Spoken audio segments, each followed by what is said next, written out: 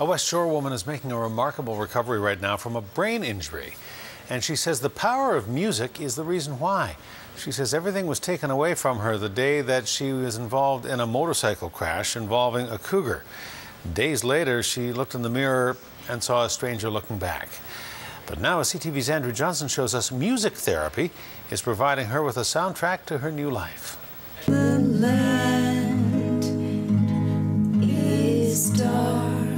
When Karen Wilkinson couldn't find her way through the dark, she looked down at the song written on her skin and clinged to the memory of her father. My dad passed away of cancer 6 years ago on the 3rd of June, and when I was doing his eulogy at his memorial, we played this song, and it affected me so much that I had a vision of it on my body, and it was kind of like having a hug every day from my dad.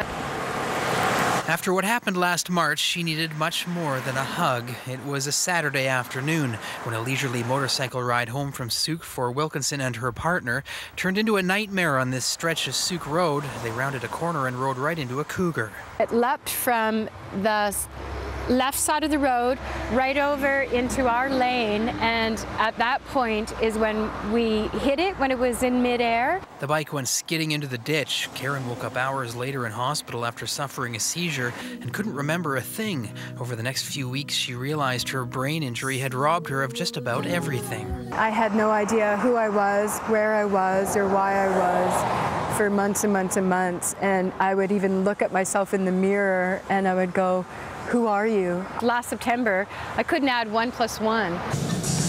Plenty of time spent in the weight room has helped heal Wilkinson's physical wounds, but what's going on in her head has been tougher to tackle. It was like hitting a brick wall.